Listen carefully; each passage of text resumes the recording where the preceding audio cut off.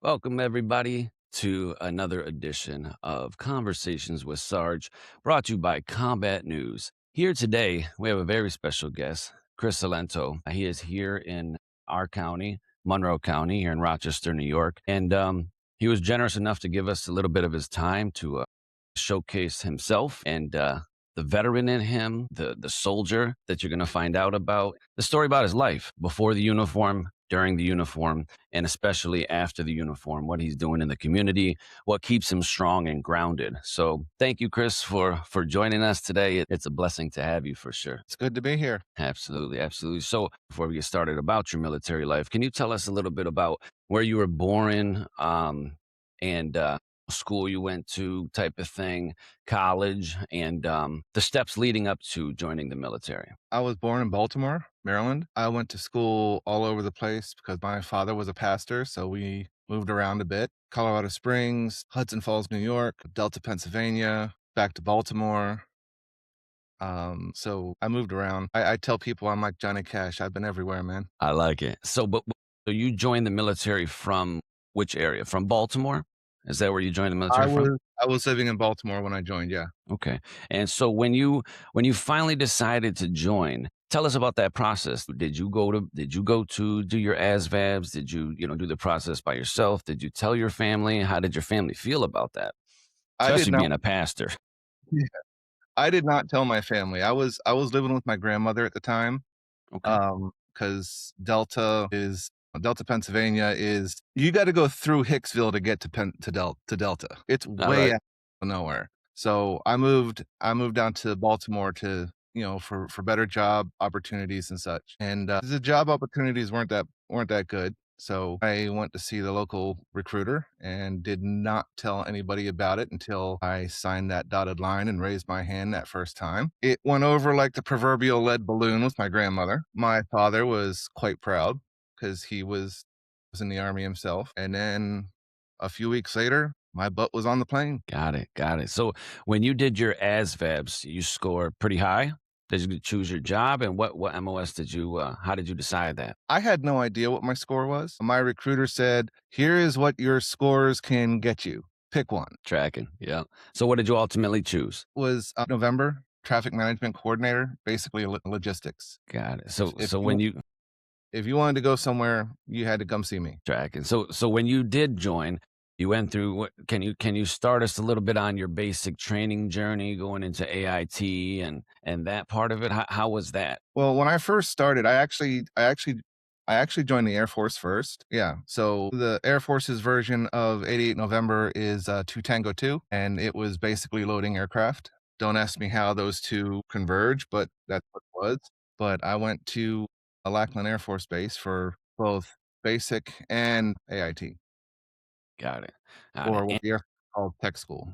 tech school. Yeah. And did you when you went to basic training and went to tech school, did you know what you were getting yourself into? Because a lot of people, they say, "Oh, I thought it was gonna be like the movies and all this other stuff." But what was your expectations, and then what was the reality? I knew I I wasn't naive enough to think it was gonna be anything like the movies, but I had no idea what I was getting myself into.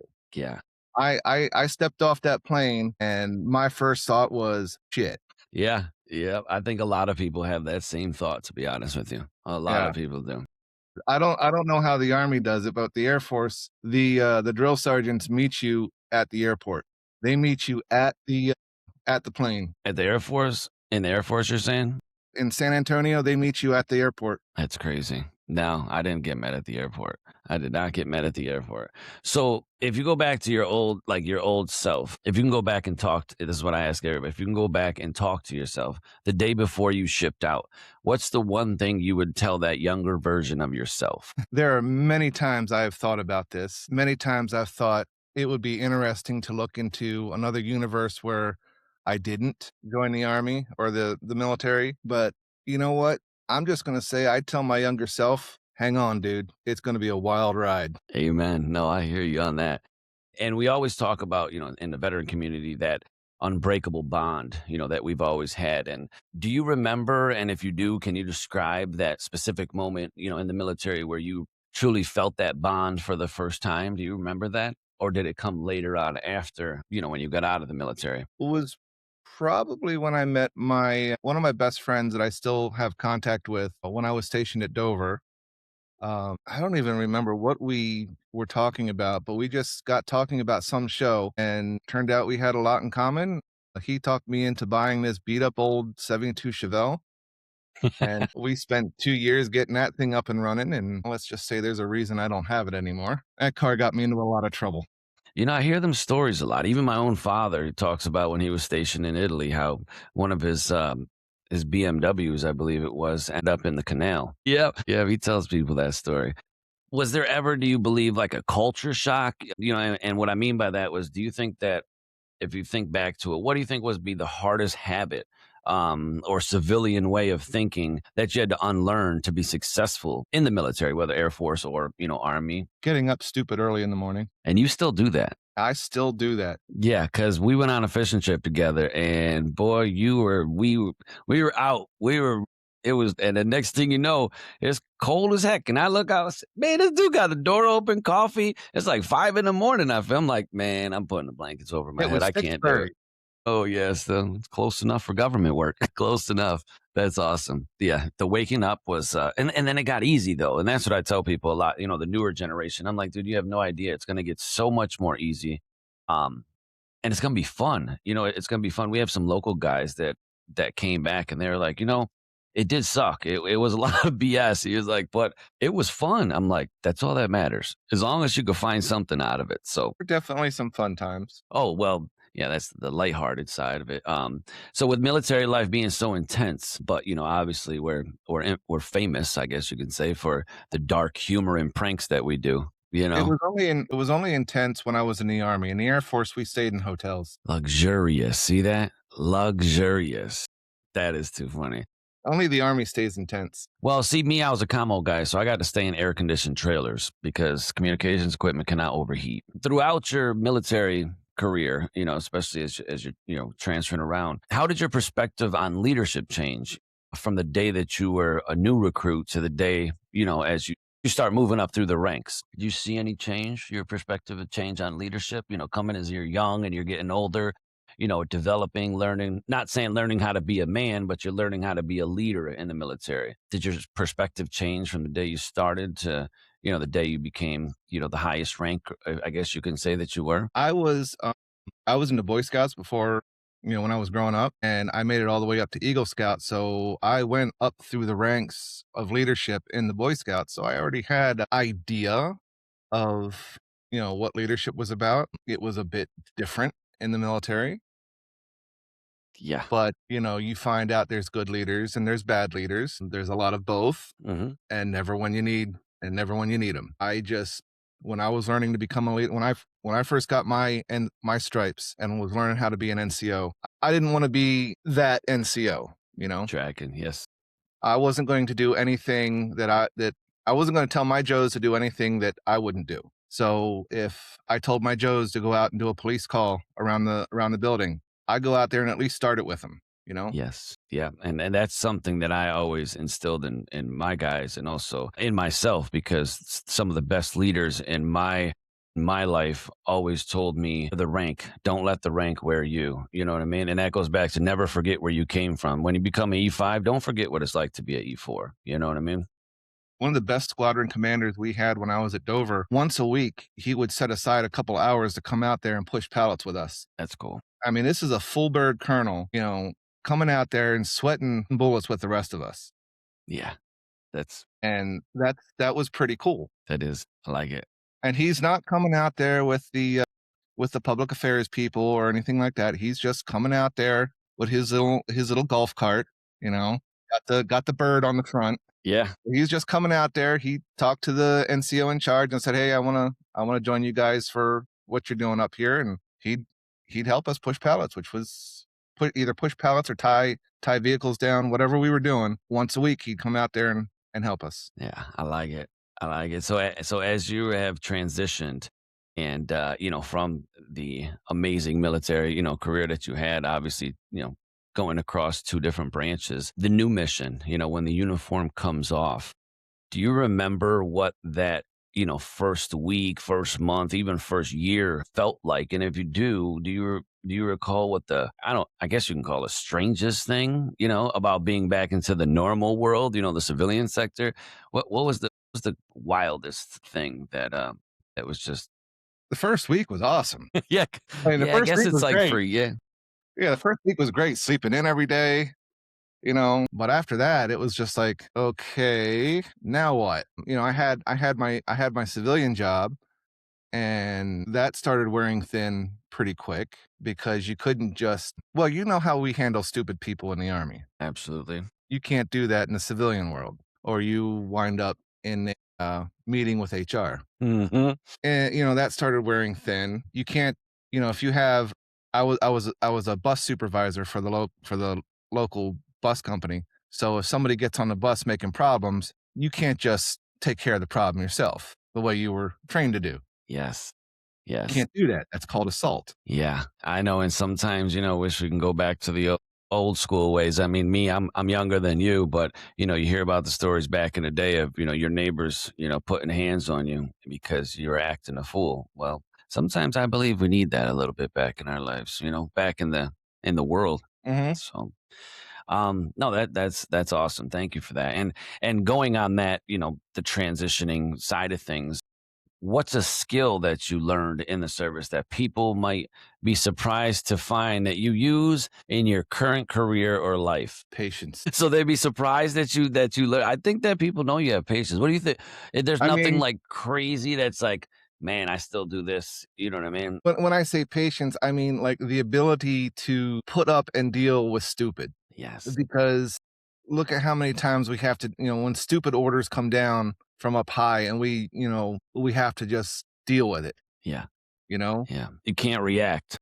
Dealing with the hurry up and wait, Yes. We just deal with it. We just, how many times you see people over at the VA just sitting there and they've been sitting there for an hour not complaining and you're like, I've had friends of mine were like, "Why wouldn't you go complain?"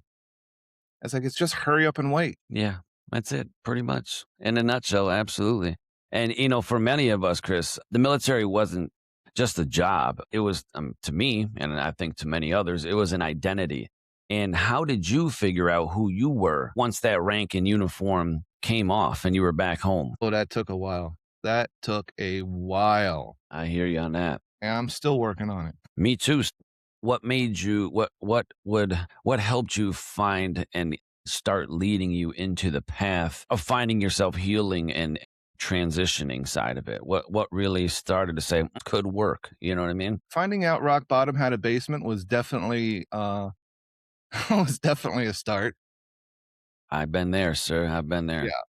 That was the swift kick in the rear that I needed. Going back to school, rediscovering my love of art, that kick-started the whole thing. Yes. Yes, you do a lot with the art. So, did you do art before you were in the military? Is that something that you just found afterwards, or did it get stronger? I was always wanted to be an artist. Ever since I was a kid, I always had either a pencil or a paintbrush or something in my hands. And then just as I grew up in the military, they don't want you to do that kind of stuff. Or if they do, you have to do it the army way. Yes.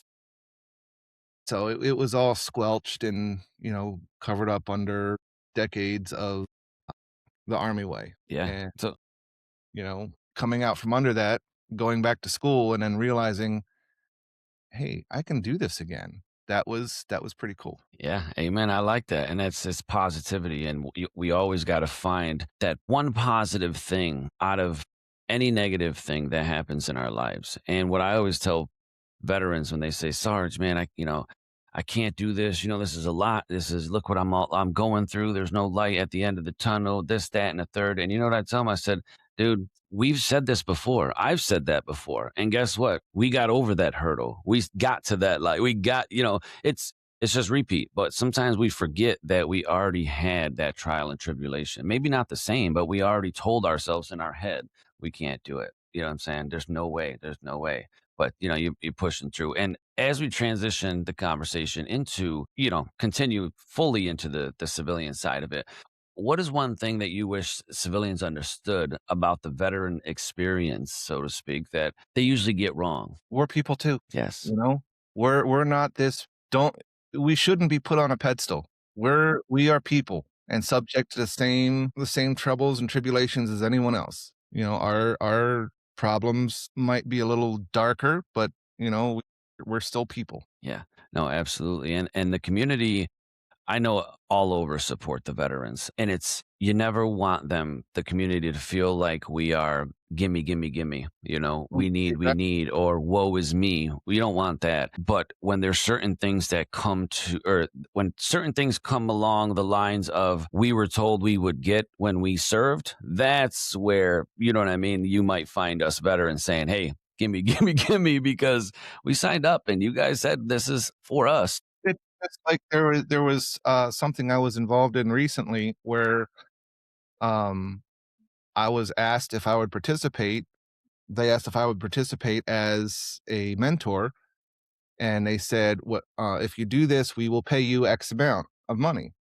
Said, "Absolutely, I will do that." I never actually wound up getting paid. Oh, wow. That's not cool. I would have happily done it for free, volunteer if they had asked if I would have volunteer. But the point is, they said they would pay me. So that's the Yeah. same thing. That's not, yeah, that. It's the principle of the thing. Amen. Absolutely. So tell us a little bit what you're doing now. Have what you've been doing in the community, with the veteran community, without the veteran community. And I know people that know combat news knows that you have been a huge part and a big help, which we appreciate so much, coming out to our events, when we're doing golfing and being a photojournalist. And we've heard some funny stories from powers to be. Well, man, look at Combat News has their own photographer now, and Combat News has his own. Man, that's Chris Alento. You better get to know him. Yeah, but it's awesome what you do. We appreciate it. I know the veteran community appreciates it because we see you out there. When people need a photographer, a photographer goes down, you're right there, offering your help. The stuff that you do, the pictures that you take and you put out, I know it inspires a lot of veterans too. And I don't want to spoil it and tell everybody, but I just wanted to give a background. Chris has done a lot for us to get to where we are as Combat News now, and he's done it all out of giving his shirt off his back for us because it takes a lot of work for what he's done, and we appreciate it so much. And I know with you being out and about and people actually seeing the true Chris, I think it's making a huge impact for you, I think. And I think the future is going to be really, really bright for your mission because you're going to have all that support from what you do with the community. But back to you. What are you doing now? And what have you done when you got back home here in the county, job wise or anything like that that has to do with the veterans or programs? I know you're a part of some photography programs. You've been a part of different outdoor and photography type of programs. But tell us a little bit about that. Well, like you said, I do a lot with some of the local golf things. I come and take pictures of your tournaments, all your any parade that Combat News is in, I'm there taking pictures. He is. I try to do that for some other organizations when I can, but otherwise, I very briefly worked for the county's nature-based therapy program when it was at the Equicenter, and now I'm trying to do my own startup 1C3 nonprofit to open a art program for veterans. Got it. Got it. Now with the outdoor stuff, you're not doing the outdoor stuff with them anymore, correct? Not with You're the not. county, no, I'm a participant at the Veterans Outreach Center with their outdoor programs. Yes, and I know one of them, the only one that I could do because I can't do the hiking like you, but I know we do the what is it actually called? Just the outdoor It's called group? base Base camp. That's what it is. That's right. Yeah, base camp, which I think and it's awesome. yeah, it's an open group style thing with the campfire, and we make coffee, and once a month we make, we have lunch out there. Yeah, he made a mean jambalaya. Let me tell you, over the open fire, man. I was trying to tell people it wasn't good, just so just so I can eat more. I'm like, you don't want that. You missed the split pea and ham soup we had last month. Ooh, that sounds good, but you don't want to be around me if I eat that. That's the only problem. That's the only problem. So, what did you like most about working with the county and doing the things that you did with that program? What did you like most about it? The VOCs program? No, the when you did with the county, when you were working with the county. Oh, it was, What did you I like most about it? I loved facilitating the open group. I enjoy cooking, and, one of the ways I show people how much I appreciate them is to cook for them, I hear you. You and, know that.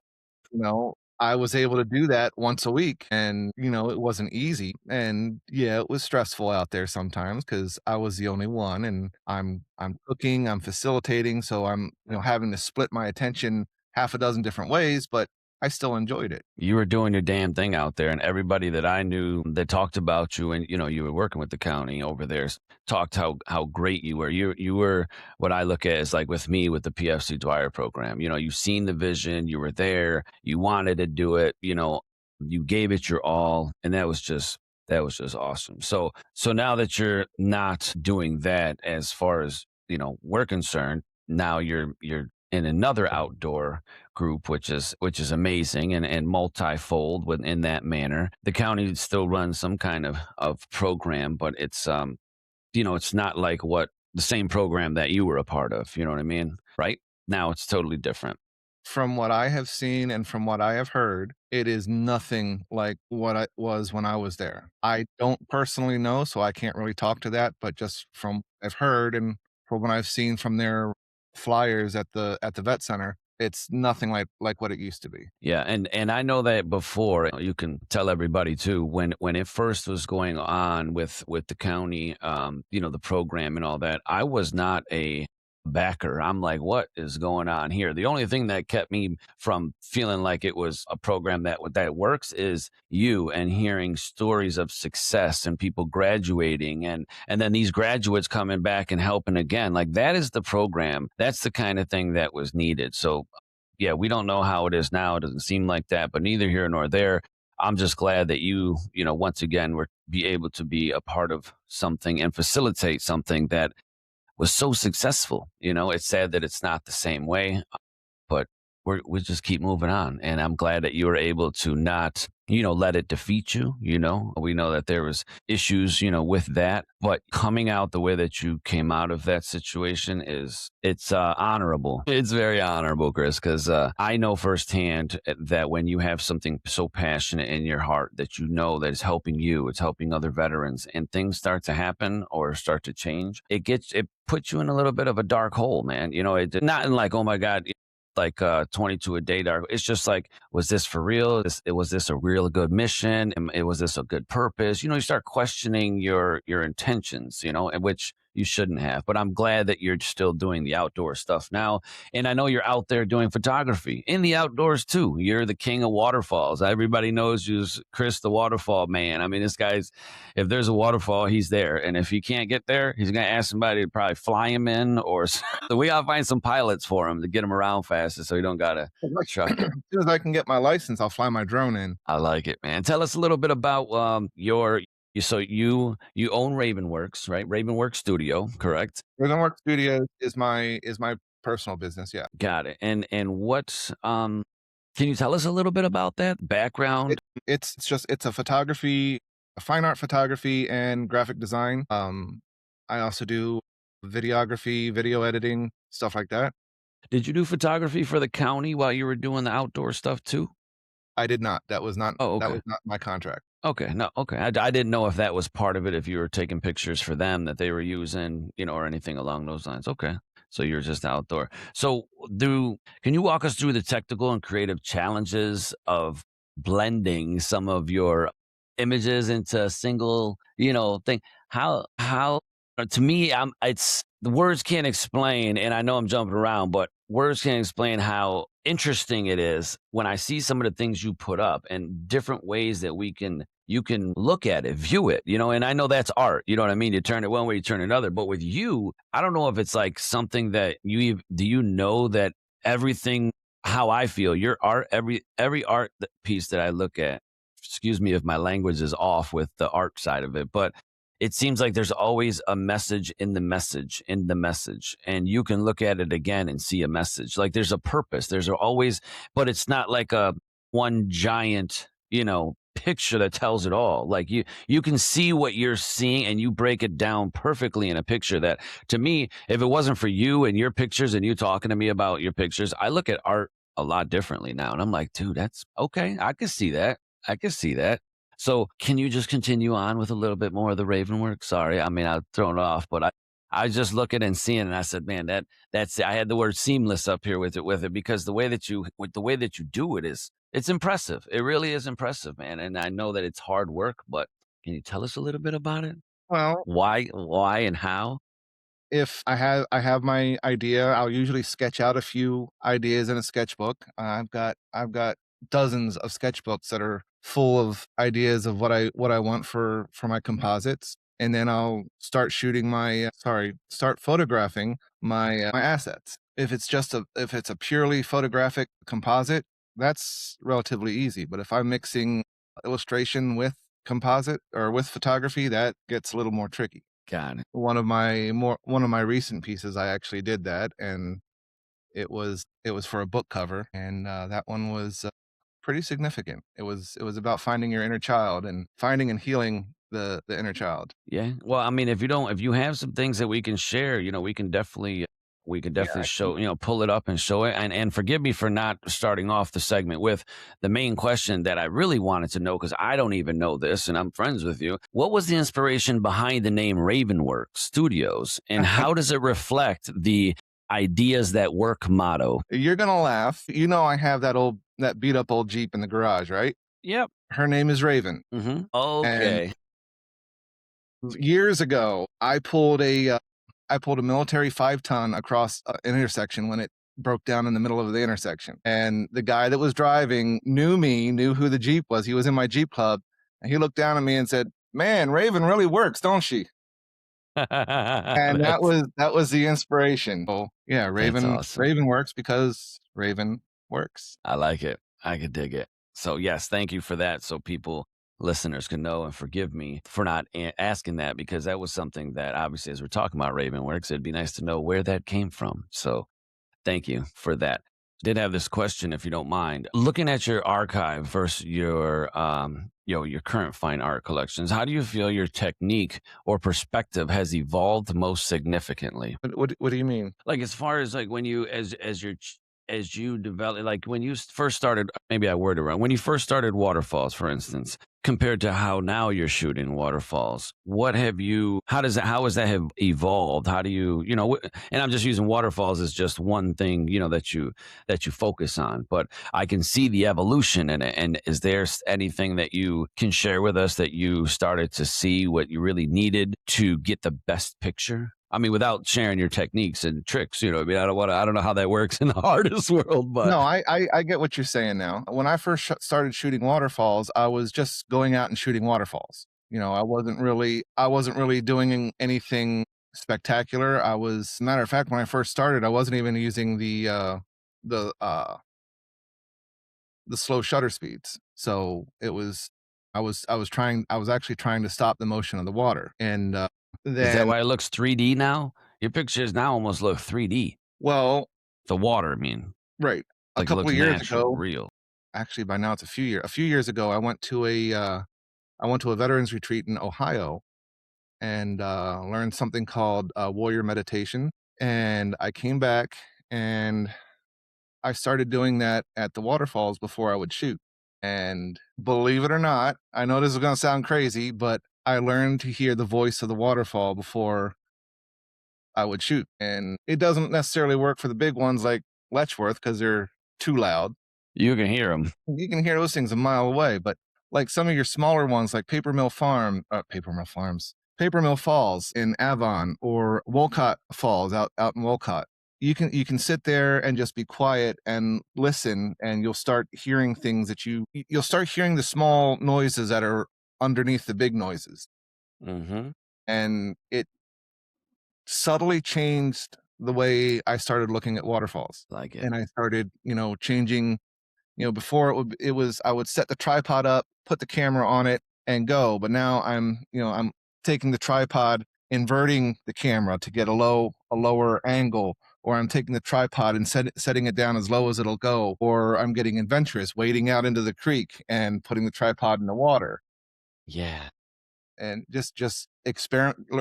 I've learned to experiment, learn to push past the safety barriers, the mental safety barriers, not Yeah. the literal safety barriers. Yep.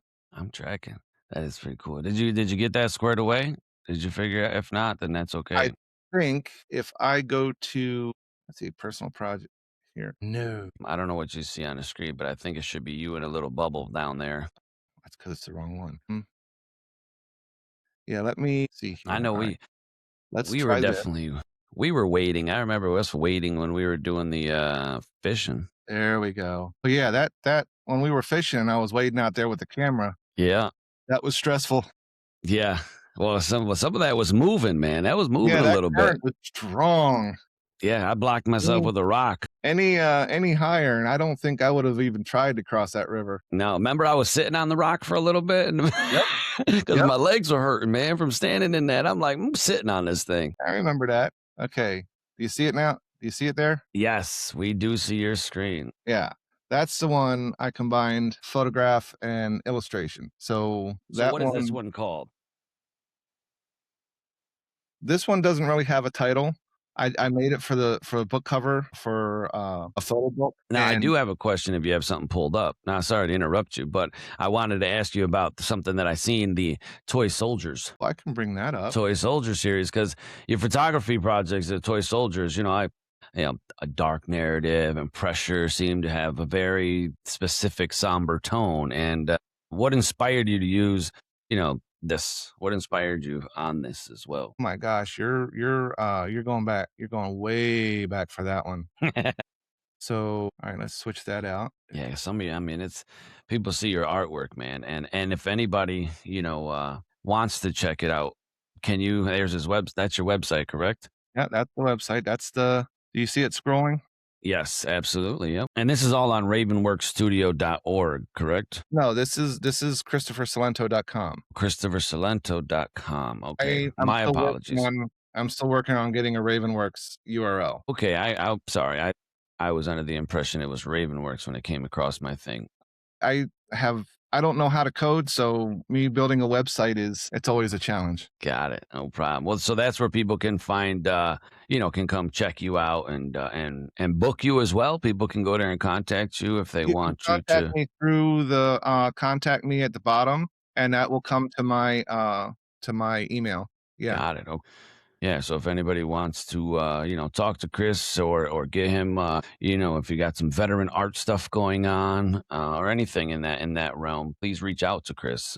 He'll be more than happy to link up with you and to see what it's all about, especially when it has to do with art and veterans. So go ahead, Chris. What are we looking at here? And so this was I don't remember what assignment it was for, but it was I was wondering I was just playing with the concept that the way we play as children has an impact on how we act as adults. And I used my youngest as a model and just had them. I didn't pose him. I just gave him the toys and just said, "Go at it and pretend I'm not here." I like it. And we did a few different shoots. Some of them, like these here, I took the toys out to Wiscoy Falls and just put them there myself. But yeah, it was supposed to be something more avant-garde and conceptual. Yeah, no, I liked it when I was looking at that. I said that's definitely something that is pretty interesting. I just like to, pick your brain on that. And if you have something, another thing, if you could pull it up, I don't know if you have it, 'cause I didn't ask you beforehand, but I forgot which section it was in there. But you have a collection titled "Embracing the Absurd," I believe it was called. Oh, that's my favorite. And I was wondering, how do you define absurdity when it comes to your work? And what do you hope the viewer feels when looking at those pieces? And forgive me, it's my fault that I didn't tell him beforehand when I was going to ask him and talk to him about it. He probably could have had it all pulled up. That's all right. We'll take it out behind the woodshed later. It's snowing out there. Good luck. It's deep. Hey, wouldn't be the first time we've been in deep. Right. That's right. All right, so there we go. Share that. Sure, it's there. It is. All right. So this was. I don't have anything written in here. This was just a. This was my second year of grad school, and it was towards the end of the year, and I'd had a epiphany of sorts that art doesn't have to be serious, I and like so that. I just started making. I just started making. I just started letting my mind wander, and anyone that knows me well knows that my mind can go to some really weird places. This particular one that's up here now, the no visitors one, was inspired by a Godzilla movie I had watched the night before. That's awesome. This one That's was interesting. yeah, this was probably the first digital painting I ever made. I like It's that. a Star Wars based, Mhm. obviously. Not too many not too many franchises out there with a laser sword. Now, as we're going through these, and as people watch this podcast, if you're a veteran and this is intriguing to you, or if this is something that you participate in as well, this is your hobby, this is your medicine. Please reach out to Chris. Especially if you're in our area and in the upstate New York area. There's a lot of potential for veterans like yourself and Chris. And I know Chris is leading the charge, and I know a lot of other veterans are in his corner when it comes to ensuring veterans and art come together in many ways for the best of our community, of course. But I just wanted to remind people that please reach out because that's what it's all about. It's all about connecting, finding your fellow battle buddy, like Chris said, that you relate with, and just like he had a friend over a movie, you know what I mean, over a show. It can happen, and sometimes we just need that little bit of a aha, that person's just like me. So please reach out to Chris. He would be more than happy to talk to you, to be your friend, and continue on the mission with you. But go ahead. Yeah, this one's a little eerie, bro. This was actually the Charlotte lighthouse. Yep. I'm not sure what this is. This stuff at the bottom, but that is native to the photograph. That was not digitally put You in. didn't do that? I did not do What? that. That came out of the Polaroid like that. Whoa. There were train tracks right there. So my guess is that I caught a ghost train Yeah. Is that because really none the of the moon up other there too? that's no moon. What is that? Take a closer look. What does it look like? I just told you that's no moon. It's Is the it? Death Star. Oh, That was put in digitally. I see. Yeah, and this was probably my favorite piece to That's pretty do cool. from the show. This one garnered a lot of attention. That is pretty cool. Yeah, these were actual Polaroids that I took. I scanned them and then I obviously added the sci-fi bits. But when I printed them out, They hung them on the wall as the size of Polaroids. That's awesome. That is pretty cool. I like that a lot, man. I like that.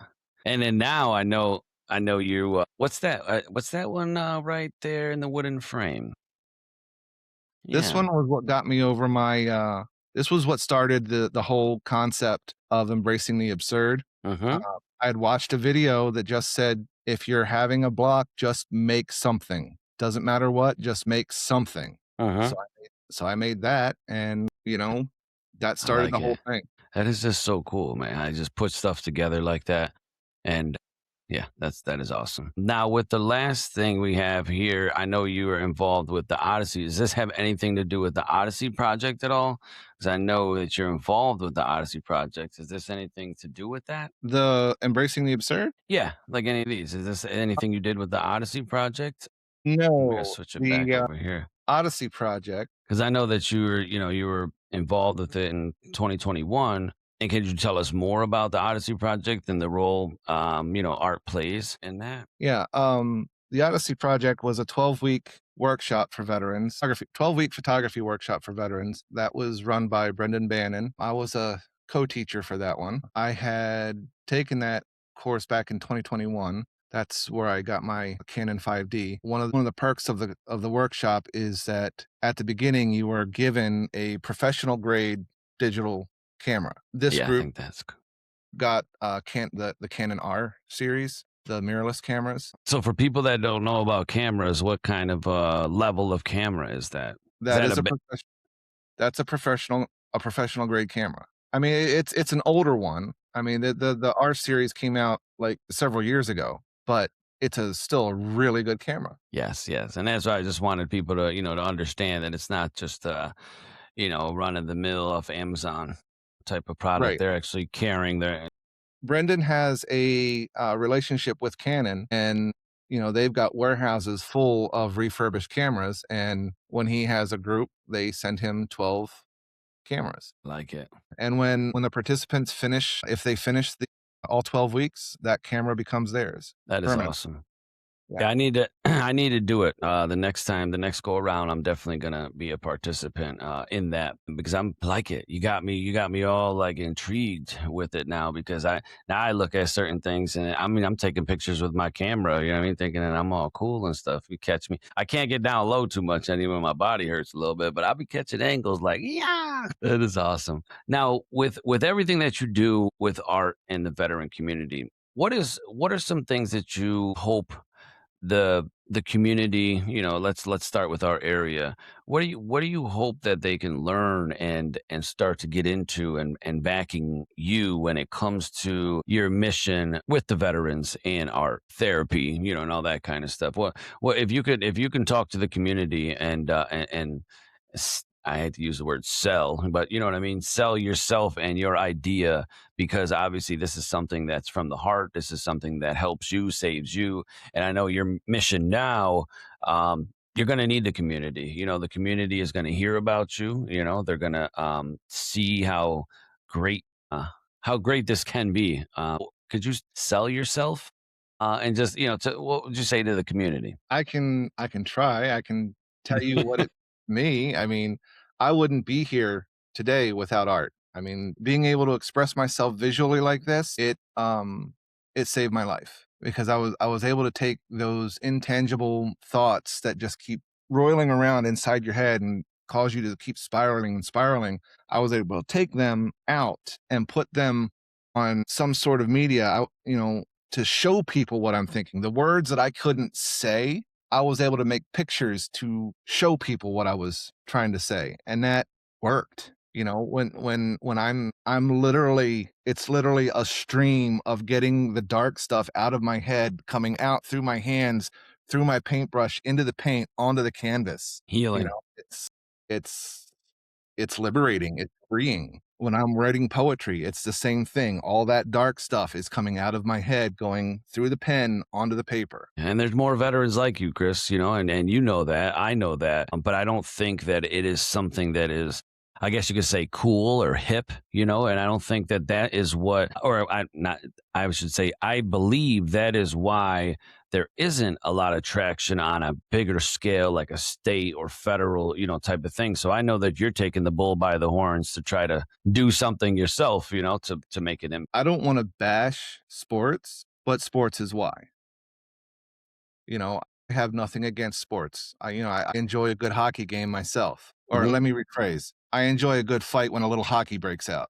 Yeah. But, there's just something about creating something with your own hands, right, writing words with your own hands, not just typing it out on a computer. But if typing it out on a computer is all you got, that's good too. When I was making pottery at Houghton College, or sorry, Houghton University now, being able to sit there and work that clay with my hands, it was like I was reworking myself. It was like literally reshaping myself. And it rewires you. And I'm no art therapist. I tell people I have just enough psychological training to be dangerous, but the peer-to-peer stuff that I've been involved in works. And I'd like to bring that into the art world. The peer-to-peer, I don't like to use the word, I don't like to bring therapy into it because I know people tend to shy away from it, but therapeutic art works. Being able to sit there and just, even if you're just drawing circles, you're doing something, Yeah. you know? And you're living proof. You're living proof that it works. You know what I mean? Yeah, I'm here because of art. Yeah. Yeah. And so now what are you going to be trying to work on now? I'm trying to get the Phoenix project off the ground, which would be a art center, gallery, and coffee shop. Because us veterans, we love our coffee. Yeah. And Rochester has an art center and gallery on almost every street corner here, but I have yet to find one that is specifically for veterans. And my goal for this is to make it to where veterans can come to the art center, excuse me, and take classes for either low cost or no cost, depending on how much funding we can get. Yeah. Yeah. I Oh, mean, some of that's the a great the art idea. centers around here, you take a photography class and it's like 3 or $400. Mhm. Yes.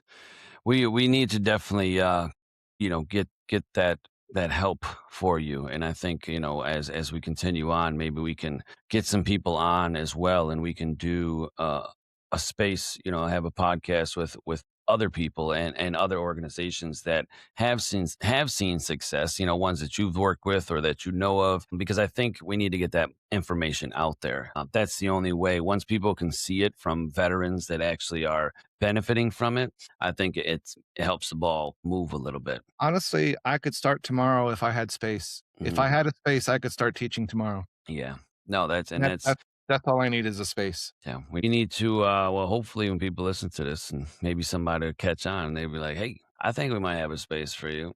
It would be Yeah. cool. I mean, the dream, the ultimate dream is to have it be something like the makerspace downtown, where it's a big warehouse where you can do painting, photography, lithography, printmaking, woodworking, metalworking, have a forge in the back where you can do blacksmith or, metalwork, the forging, making knives and such like that. Yeah. Yep. A theater where you can do dance or performing arts, Yeah.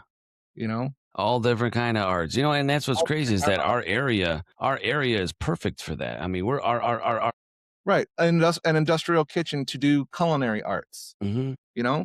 Yeah. No, that is awesome, man. And from being a pastor's son to going through the military to now, pushing through this art, and I know we don't call it therapy, but this therapeutic art, I guess you can say, you've come a long way. I mean, if you come, that's a huge transition unto itself. Going from, you don't want to use the word extreme, as we before we joined the military to what we are now, I think you can use the word extreme because it's almost like night and day. Our mindset, the way we view things, how we are trying to push certain things and our missions. Our younger self would be I like, mean, "What the?" before I joined the military, I was pretty selfish, it was all about what can I do for me? Mm, What can I do to make my life better? And now it's like, I wanna give back, you know? yeah, yeah.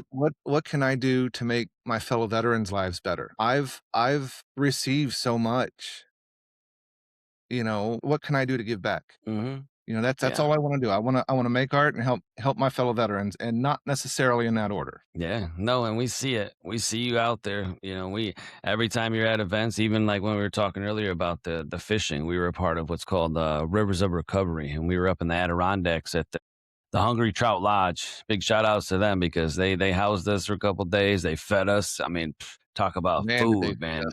That food was just amazing. It was. I mean, I had the trout, obviously. I had the steak. I mean, there was very very good food up there. But besides that, it was the camaraderie of the fishing. We were out there. We had our guides. They supplied everything that we needed, from the waders to the rods. And like I said, with the guides, when the flies weren't working, they'd snip it, try another one. Fish come in, they'd get it for you. Get tangled up, they got you. And it was just so nice because there was no psychiatrist there was no clinician, there was nothing like that. We did have a couple people, obviously it was funny because it's like, how you feeling? You know what I mean? Like type of thing. But it's not like it's it's just family. It was just family, and it was just so nice. We were just kumbaya, and Chris, took a break and took pictures, for him and stuff. And that just goes back to what you were saying. You are definitely always giving back, and I think I could see the glow when you do it. You know what I mean? Even when you had to truck across that daggone creek or river, whatever the heck we were in over there. But and as we wrap up, this podcast today, because we I think we did a great job, and I appreciate you coming on here and showcasing yourself and where you've come from and where you are now. And just to remind people, they can you tell them one more time your website and how to contact you? The website is www.christophersalento.com, and you can contact me through the website, or you can go to my Facebook or Instagram pages and, instant message me there. All right. And for people that are local to our area, where is the next time they can see some of your artwork? I will be at Gallery 32 in Canandaigua in February. All right, all right. And I know with combat news, we will make sure that we post that out because we know, the veterans will be there. There's more veterans, right? Besides yourself. Yeah, that's it's not just a show for me. It's the Canandaigua VA is putting it on. I've got 2, maybe 3 pieces to put in there. All right. I like that. I like that. And as we end, one more thing. What is something that you would like to tell the veteran community to inspire them or to empower them for a better tomorrow? What is one thing that you can end with an inspirational, motivational Chris Alento, boom bang bang. Life is good. When you think life gets you down, make something. Amen. Doesn't matter what, just make something. Amen. I like it, Chris. I like it. Well, hey, man, thank you so much for your time, and your amazing artwork as always. Everything you do for the veteran community, uh, it's the sky's the limit. That's what we always tell each other. And I know iron sharpens iron. We're always going to keep looking out for each other. You look out for me. I look out for you. I'm very, very happy to see how far we've both come and the veteran community. And I just encourage all veterans that are listening to, yeah, definitely just be yourself, be happy, find another veteran to talk to, just like we're doing here. Just a little conversation can mean a lot, a little hello, how you doing, checking up on everybody. But Chris, thanks again so much. And I hope we definitely get to talk soon. And as you are going through your art journey in the veteran community, if anything does come up or if any other veterans want to showcase, them and their art, please reach out to us and we'll definitely put them on and let them shine as well. So thanks for shining today, my brother. Me on. Absolutely, man. Well, you have a blessed day and we will definitely talk soon. This is Chris Alento, everybody. So thanks again, Chris. And this is Sarge with Conversations with Sarge, brought to you by Combat News, where we put veteran policy into perspective. Thank you so much, Chris, and you take care, brother. You too. All right, bye now. Bye-bye.